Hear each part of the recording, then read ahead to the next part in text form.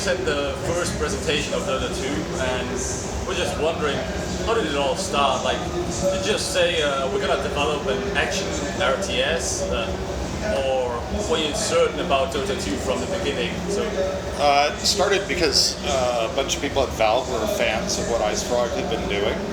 So, in the same way that, Robin got fired up about Doom and Quake, and that's how he started working on Team Fortress. It was the same sort of thing. Robin and Adrian Final and Eric Johnson were spending all their spare time playing Dota, and so they started emailing IceFrog, and he started to talk about what he wanted to do in a sequel when he wouldn't have the constraints that he was operating under, and they said, why don't you come to Valve? We'll do this. This sounds awesome. It's what we want to spend our time. So it was the same sort of fan impulse that got a lot of us into the game business in the first place, were what drove the decision to do Dota 2. So when exactly was that? Like, how many years ago? It was 2 years ago that we started working on Dota 2. And how many people were involved or are involved in the development? Right now there are about 60 people working on Dota 2. Okay. Well, if you compare gameplay and art style of Dota 2 to your previous games, it has a rather unique gameplay and art style, of course. So was it difficult to design a game which differs so much from the previous games? There's some interesting things about the game design, mainly that relate to the sort of periodicity of reinforcement schedules. But it's more sort of interesting that it is completely different. As a designer, it's pretty easy to talk to IceFrog. We sort of share enough of a vocabulary that you're not completely surprised about the stuff. There are more sort of underlying commonalities than there are differences. We did sort of a prototype that was one of the things that sort of got the project going, was Adrian just went and built a sort of a prototype in the source engine, in about a week, to make sure that there wasn't something fundamental that we didn't understand that was going to keep us from building the game that IceFrog wanted to build. And once we did that, it was like, yeah, we think we can build this. So I was just wondering, was Alien Swarm kind of, since it was a top-down shooter, was it kind of trading for you guys, or? Yeah, there was definitely a bunch of lessons that Dota 2 benefited from the work on Alien Swarm. So the concept of Dota 2 is nothing new. There are League of Legends, Heroes of War. So why should people play Dota 2 instead of these games? What makes it distinct from these other two games? Well, I'm not going to sort of try to guess the competitive thing, because that's usually not how we think. We usually try to think about what we're trying to do that's valuable to customers, just because we've always found that to be more useful in terms of guiding our decision making. It's very much, in the spirit of what IceFrog has been doing. I think, you can see for yourself what the game looks like. And hopefully we've done a good job of sort of updating the game visually. Around the experience, we spent a lot of time thinking about the social side of playing a game like Dota 2.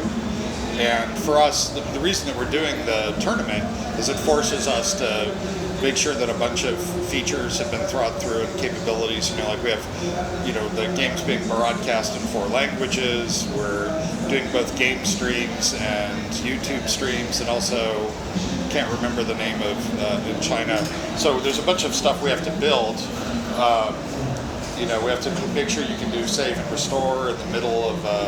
We had a bad networking cable, and so it's actually, it's not something you usually expect. But when you're running a tournament, you have to be able to, restore a game to a specific state.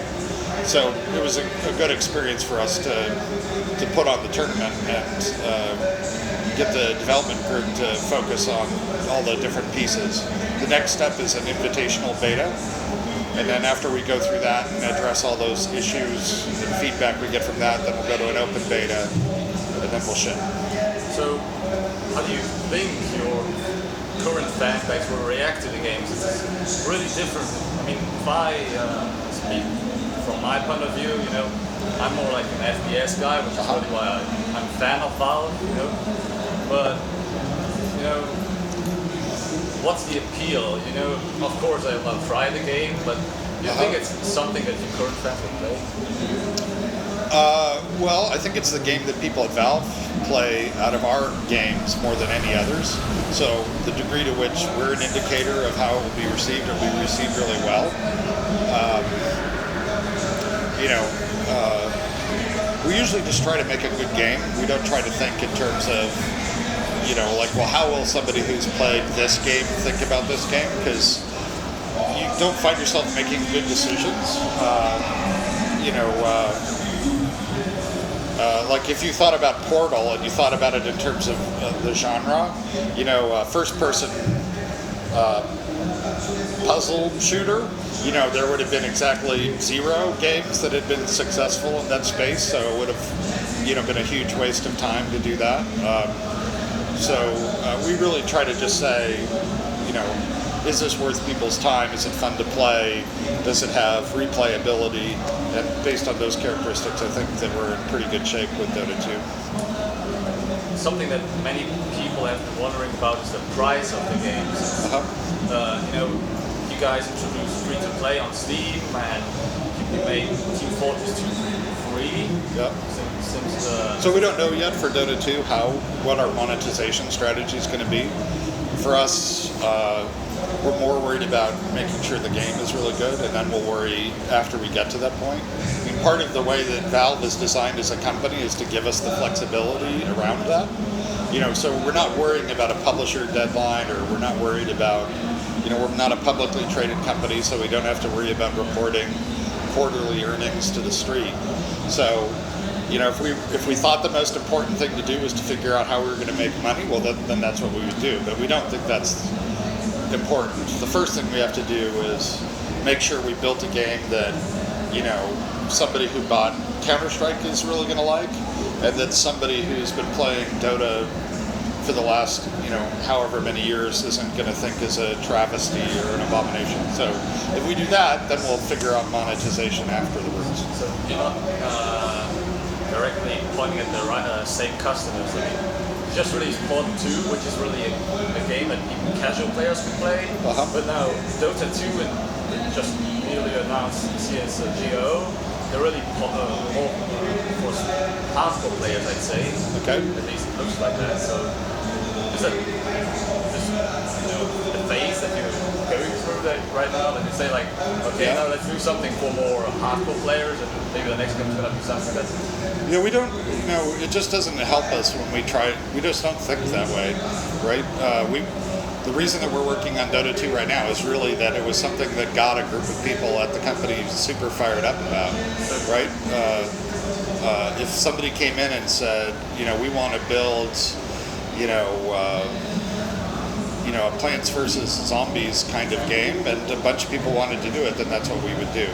For us, the most important thing is, we have 3 constituencies. We have the people who work at the company, we have our customers and our partners. And if we have a group of people at the company who are really excited about something, then that's what we're going to work on.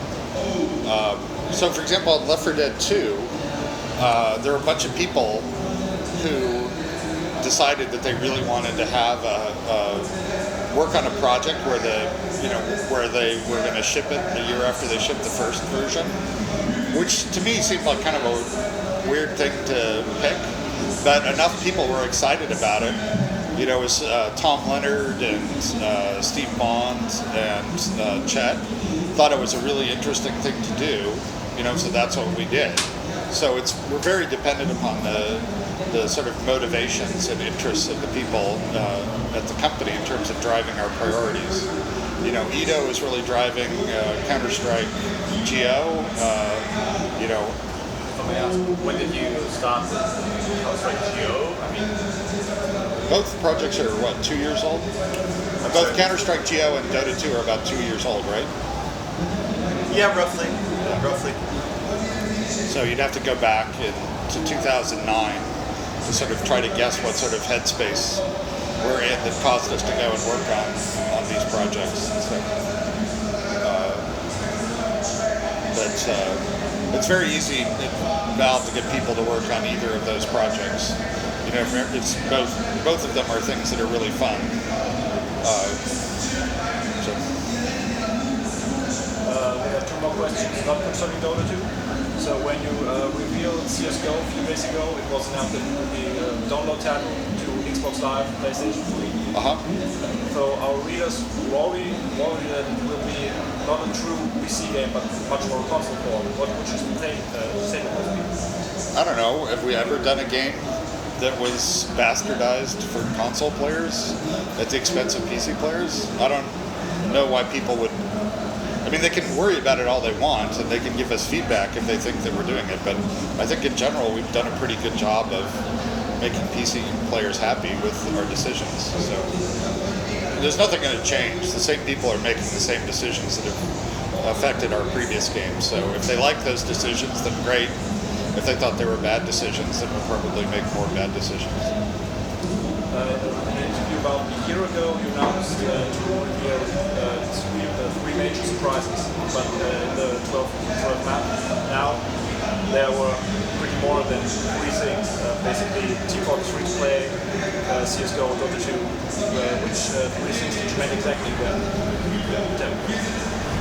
Those were probably pretty high on my list of things. you just said 3, but it wasn't even 4. Like, I think we've done a lot of surprising things, so I'm not sure how to score me on my promise of 3 surprising things.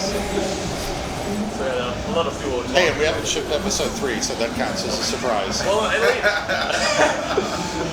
Maybe it wasn't a surprise. I don't know. so it will come. So you're working on it. I'm sorry, we didn't want to do that. I took us there, so you don't lose any points for that. No. Yeah, well, that's basically it. I greatly appreciate it. Time. Happy to.